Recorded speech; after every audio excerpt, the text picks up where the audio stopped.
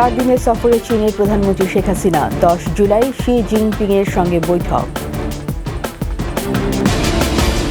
নিয়োগ পরীক্ষার প্রশ্ন ফাঁস, পিএসসি 3 কর্মকর্তা সহ 17 জন গ্রেপ্তার। কোটা বিরোধী আন্দোলন রাজনৈতিক রূপ নিয়েছে বললেন ওবায়দুল কাদের, শিক্ষার্থীদের বাংলা ব্লকের দুর্ভোগ।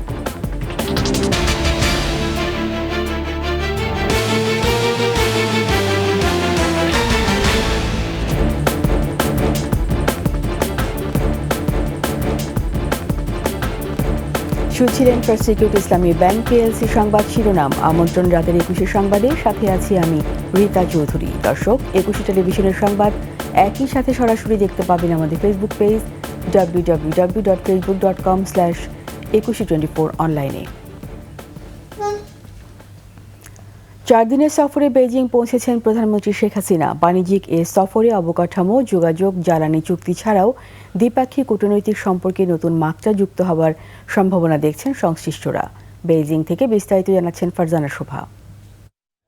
5 বছর পর বন্ধুপ্রতিম চায়নার রাজধানী বেইজিংয়ে আসলেন প্রধানমন্ত্রী শেখ হাসিনা। চূড়ান্ত হয়েছে 10 চুক্তি ও সমঝোতা স্মারক স্বাক্ষরের প্রস্তুতি। সোমবার স্থানীয় সময় সন্ধ্যায় বেইজিং এয়ারপোর্টে তাকে স্বাগত জানান চায়না সরকারের উচ্চ পর্যায়ের সদস্য ও চায়নায় নিযুক্ত বাংলাদেশের রাষ্ট্রদূত মোহাম্মদ জসিমউদ্দিন। প্রধানমন্ত্রী তার আবাসস্থলে পৌঁছলে তাকে স্বাগত জানান চায়না আওয়ামী লীগের নেতাকর্মী ও প্রবাসীরা। এ সময় প্রধানমন্ত্রীর এই সফরকে ঘিরে প্রত্যাশার কথা জানান নেতারা। চীন হচ্ছে আমাদের অত্যন্ত পরীক্ষিত দীর্ঘদিনের উন্নয়ন অবকাঠামোর একজন বিশেষ বিদেশি বন্ধু বা বিদেশি রাষ্ট্র হিসেবে আমরা জানি। ওনাদের সাথে যে এলসি সংক্রান্ত যে প্রবলেমগুলো আছে সেগুলো আমাদের আশা করি সলভ হয়ে যাবে। দুই দেশের সরকার প্রধানের আলোচনার মধ্যে দিয়ে দুই দেশের বাণিজ্যিক সম্পর্ক অনন্য মাত্রায় যাবে এমন প্রত্যাশা জানান প্রবাসীরা। মাননীয় প্রধানমন্ত্রী সবসময় প্রবাসী ব্যবসায়ীদেরকে উৎসাহিত করেন দেশে ইনভেস্ট করতে।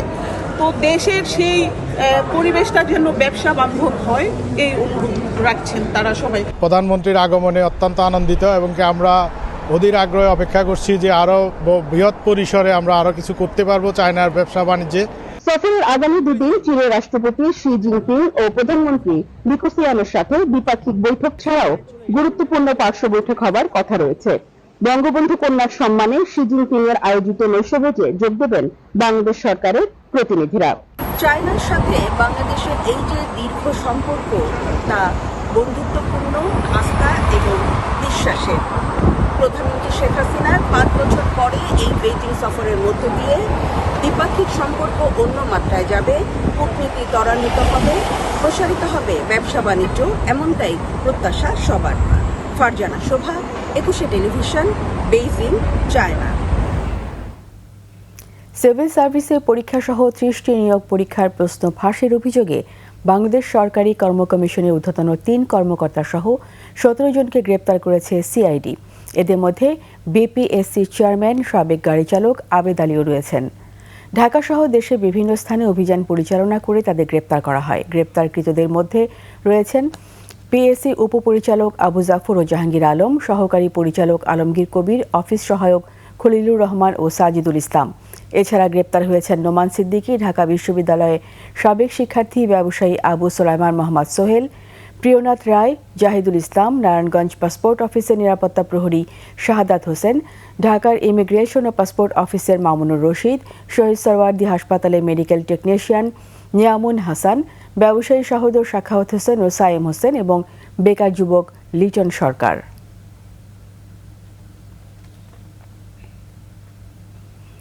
কোটা বিরোধী আন্দোলনকারীদের উচ্চ আদালতের রায় পর্যন্ত অপেক্ষার আহ্বান জানালেন সড়ক পরিবহন ও সেতুমন্ত্রী ওবায়দুল কাদের। জানালেন, কোটা বাতিলের বিষয়ে সরকার আন্তরিক বলেই আদালতের রায়ের বিরুদ্ধে আপিল করেছে। বিএনপি জামায়াত নৈতিক সমর্থন দেওয়ায় এই আন্দোলন রাজনৈতিক রূপ নিয়েছে উল্লেখ করে এর সমালোচনাও করেন আওয়ামী লীগের সাধারণ সম্পাদক।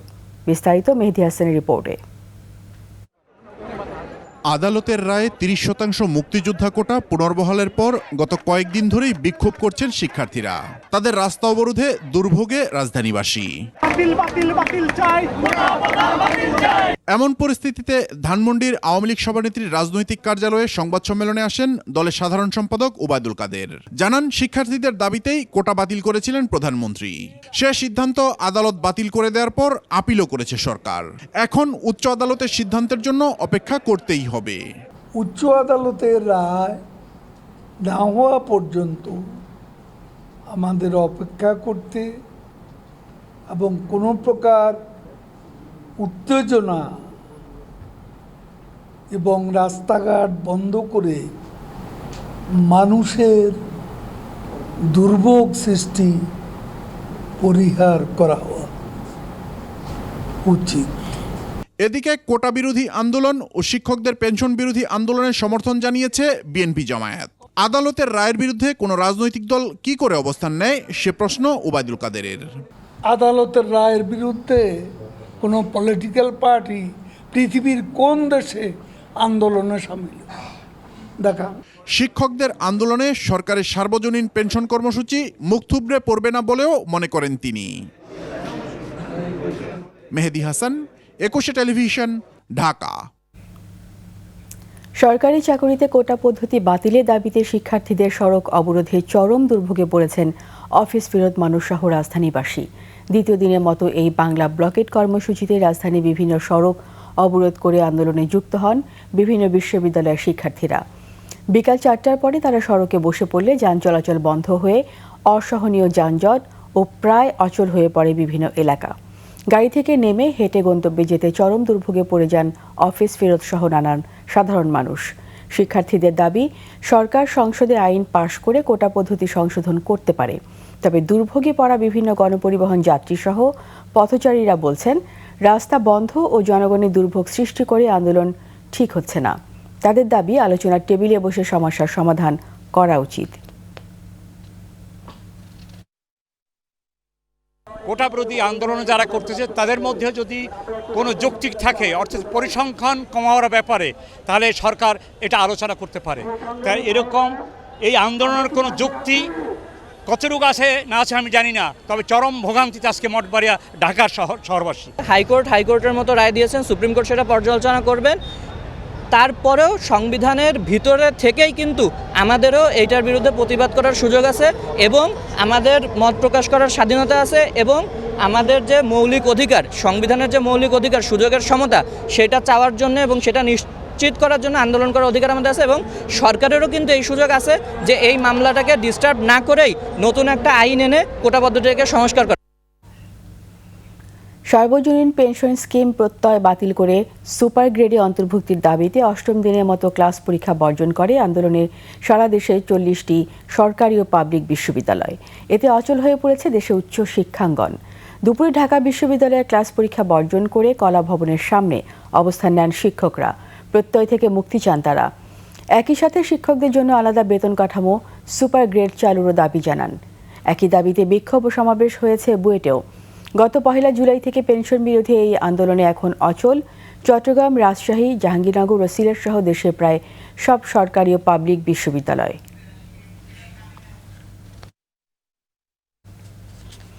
নিচ্ছি সংবাদ বিরতি। যখন ফিরব তখন অন্যান্য খবরের সঙ্গে আরও থাকবে। নরসিংদীতে ট্রেনে কাটা পড়ে নিহত 6, একই সঙ্গে 5 তরুণের মৃত্যু নিয়ে তদন্তে সিআইডি, পিবিআই।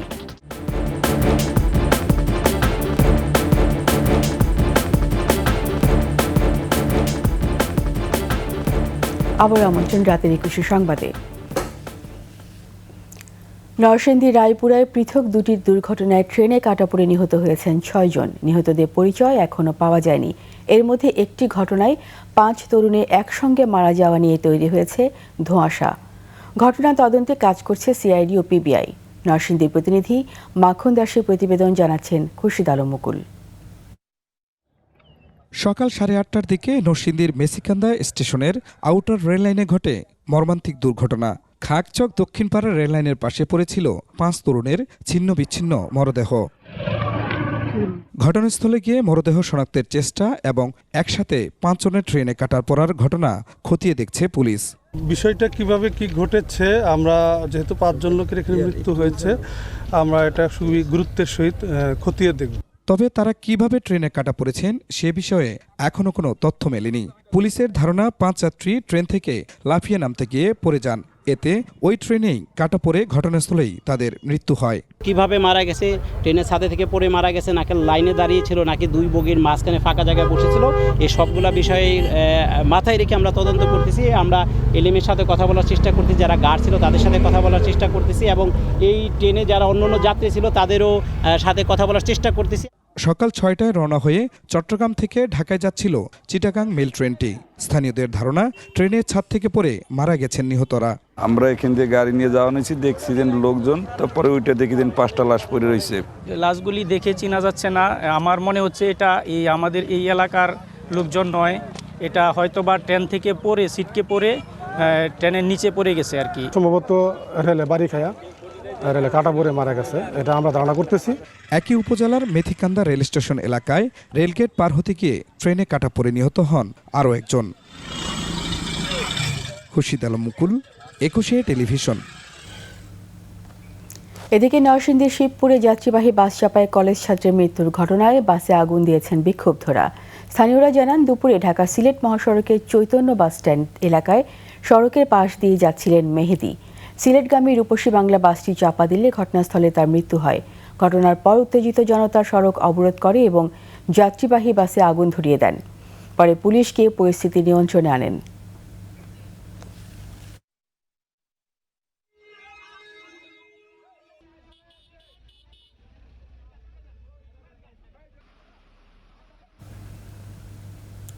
টানা বৃষ্টি এবং পাহাড়ি ঢলে নদ নদী পানি বৃদ্ধি অব্যাহত থাকায় দেশের উত্তর মধ্যাঞ্চলে বন্যা পরিস্থিতির আরও অবনতি হয়েছে। চরম দুর্ভোগে বানভাসী মানুষ। বিভিন্ন জেলায় বন্ধ রয়েছে শিক্ষা প্রতিষ্ঠান। সিলেট ও সুনামগঞ্জে পরিস্থিতির উন্নতি হলেও স্পষ্ট হয়ে উঠেছে বন্যার ক্ষতচিহ্ন। প্রতিনিধিদের সহায়তায় মহিমা পলি রিপোর্ট। সিরাজগঞ্জ যমুনার পানি বৃদ্ধি অব্যাহত থাকায় জেলার সার্বিক বন্যা পরিস্থিতির আরও অবনতি হচ্ছে। জেলার নিম্নাঞ্চল কাজীপুর, সদর, বেলকুচি, চৌহালি ও শাহজাদপুর উপজেলার চর ও নদী তীরবর্তী মানুষের ঘরবাড়ি বন্যায় তলিয়ে গেছে।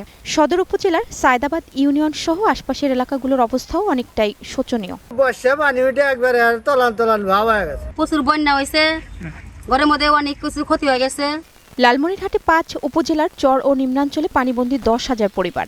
টানা বৃষ্টি ও উজান থেকে নেমে আসা ঢলে তিস্তা ও ধরলার পানি বৃদ্ধি পেয়েছে। বিদ্যালয়গুলোতে পানি থাকায় বন্ধ রয়েছে শিক্ষা কার্যক্রম। গত 3 দিন আগে থেকে এই পানির মাথাটা দিলে মানে বাড়ির ভিতরে ভরে উঠলো। 3 দিন হলে পানি ঢুকছে, খাওয়া দাওয়া তো খুব অসুবিধা হয়ে গেছে। গত কয়েকদিনের টানা বর্ষণের ফলে ঠাকুরগাঁয়ের বেশ কিছু এলাকা প্লাবিত হয়েছে। পৌর শহরের ডিসি বস্তি, এসিল্যান্ড পাড়া সহ আশপাশের নিচু এলাকা টাঙ্গন নদীর পানি বাড়ায় প্লাবিত হয়েছে। গৃহপালিত পশু ও জানমাল নিয়ে পার্শ্ববর্তী উঁচু স্থান ও জেলা শিল্পকলা একাডেমি ভবনে আশ্রয় নিয়েছেন বাসিন্দারা। টাঙ্গাইলের ঝিনাই ও ব্রহ্মপুত্র যমুনা নদীর পানি কিছুটা কমলেও এখনও পানি বিপদসীমার উপরে প্রবাহিত হচ্ছে। বৃষ্টিপাত ও উজান থেকে নেমে আসা ঢলের কারণে আরও নতুন নতুন এলাকা প্লাবিত হয়েছে। জেলার ভুয়াপুর, কালীহাতি ও সদর উপজেলার চরাঞ্চলের নিম্নাঞ্চল ডুবে গেছে। প্রবল স্রোতে ভুয়াপুরের কয়রা কাঁচা সড়ক ভেঙে যাওয়ায় বিপাকে 5 গ্রামের বাসিন্দারা। আমাদের এখন চলাচলের রাস্তা মানে এই পানি ভাঙে, পানির মধ্যে হাইটা বের হইতে হয়। বাড়িতে মনে করেন যে উঠানে এই পর্যন্ত পানি, রাস্তা দিয়ে এই পর্যন্ত পানি। এদিকে বগুড়ার সারিয়াকান্দি, সোনাতলা ও ধনুটে যমুনা নদীর পানি কমতে শুরু করলেও বাড়ছে বন্যার্তদের দুর্ভোগ। উপজেলার 17টি ইউনিয়ন প্লাবিত হওয়ায় 78,000 মানুষ পানিবন্দী হয়েছেন। 1024 হেক্টর জমির ফসল পানিতে তলিয়ে গেছে এবং 8,000-এর বেশি কৃষক ক্ষতিগ্রস্ত হয়েছেন। এদিকে 43টি শিক্ষা প্রতিষ্ঠান পানি থাকায় পাঠদান বন্ধ ঘোষণা করেছে জেলা শিক্ষা অধিদপ্তর। সিলেটের সার্বিক বন্যা পরিস্থিতি অপরিবর্তিত রয়েছে। উজানে পানি কমলেও নিম্নাঞ্চলে বেড়েছে। ফলে ওসমানীনগর, বালাগঞ্জ ও ফেঞ্চুগঞ্জ উপজেলায় নতুন নতুন এলাকা প্লাবিত হওয়ার খবর পাওয়া গেছে। জেলার সুরমা ও কুশিয়ারা নদীর পানির বিপদসীমার উপর দিয়ে প্রবাহিত হচ্ছে। যদি আমরা বাজার রক্ষা বার্তা যদি করতে পারি, তাহলে এইভাবে বন্যা আসার সাথে সাথে আমাদের বাজার যে প্লাবিত হয় এবং আমাদের ব্যবসায়ীরা যে বিভিন্নভাবে ক্ষতিগ্রস্ত হয়ে থাকি, সে থেকে আমরা রক্ষা পাবো। জেলা প্রশাসন জানায়, সিলেটে এখনও 6 লাখ মানুষ পানিবন্দী রয়েছেন। 214টি আশ্রয় কেন্দ্রে বসবাস করছেন প্রায় 10,000 মানুষ। সিলেটে পর্যাপ্ত পরিমাণ বরাদ্দ চলে আছে, সুতরাং আমাদের শুকনা খাবার, জিআর চাল, জিআর কেস, শুকনা প্যাকেট, গোখাদ্য সবগুলা চলে আছে। সুনামগঞ্জে 8,400 চাষির আউশ ধান এবং গ্রীষ্মকালীন সবজির ক্ষতি হয়েছে। তাদের তালিকা তৈরি করে বীজ এবং সার বিতরণ করা হয়েছে। মহিমা পলি, 21 টেলিভিশন। সময় হয়েছে আবার একটি বিরতি। যখন ফিরব তখন অন্যান্য খবরের সঙ্গে আরও থাকবে টাইগারদের অধ্যায়ের সমাপ্তি, স্পেন কোচ মুস্তাকের যোগ দিলেন ইংল্যান্ডে।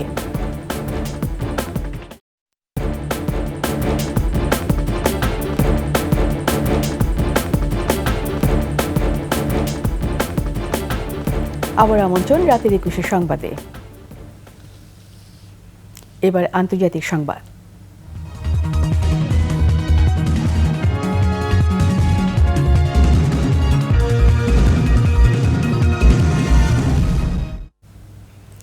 ভারতে ফৌজদারি নয়া দণ্ডবিধি ন্যায় সংহিতা চালু হওয়ার মাত্র এক সপ্তাহের মধ্যে এই আইনের কোপে পড়লেন তৃণমূল কংগ্রেসের পার্লামেন্ট সদস্য মহুয়া মৈত্র। পশ্চিমবঙ্গ কৃষ্ণনগরে তৃণমূল এই এমপির বিরুদ্ধে ন্যায় সংহিতার সেকশন ৭৯ অনুসারে এফআইআর দায়ের করেছে দিল্লি পুলিশ। জাতীয় মহিলা কমিশনের চেয়ারম্যান রেখা শর্মার বিরুদ্ধে মহুয়ার বিতর্কিত মন্তব্যের জেরে এই অভিযোগ দায়ের করা হয়েছে। এই ঘটনায় লোকসভার স্পিকার ওম বিরলাকে চিঠি দেওয়ার পাশাপাশি দিল্লি পুলিশেও অভিযোগ আনায় জাতীয় মহিলা কমিশন। কৃষ্ণনগরের এমপির বিরুদ্ধে ব্যবস্থা নেওয়ার আবেদন জানিয়ে ৩ দিনের মধ্যে কমিশনকে রিপোর্ট দেওয়ার কথাও বলা হয়। এবার খেলা সংবাদ।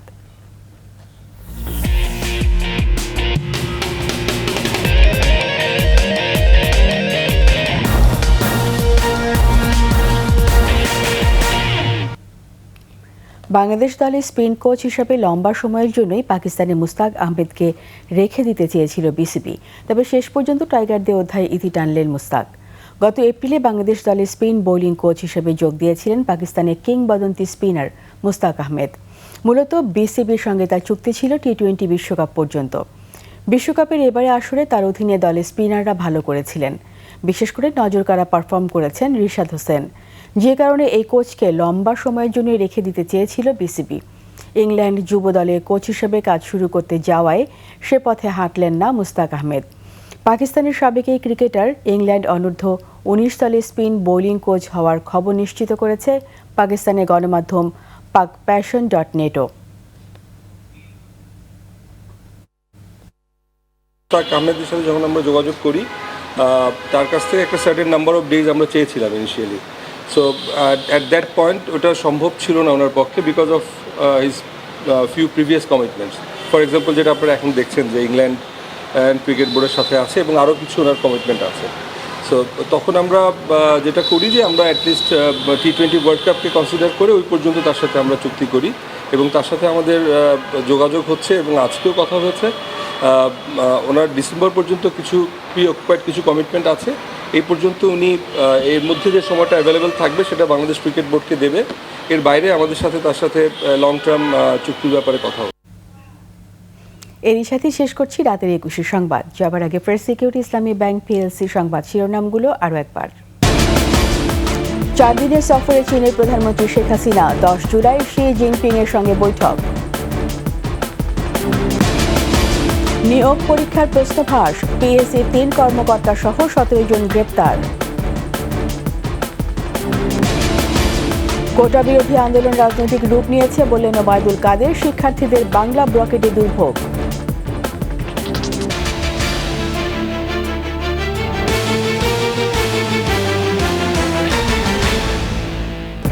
সবশেষ সংবাদ জানতে ডায়াল করুন 2021 নম্বরে, আর ভিজিট করুন 21-tv.com এই ওয়েবসাইটে। এছাড়া ফেসবুকে ভিজিট করতে পারেন www.facebook.com/2124 অনলাইনে।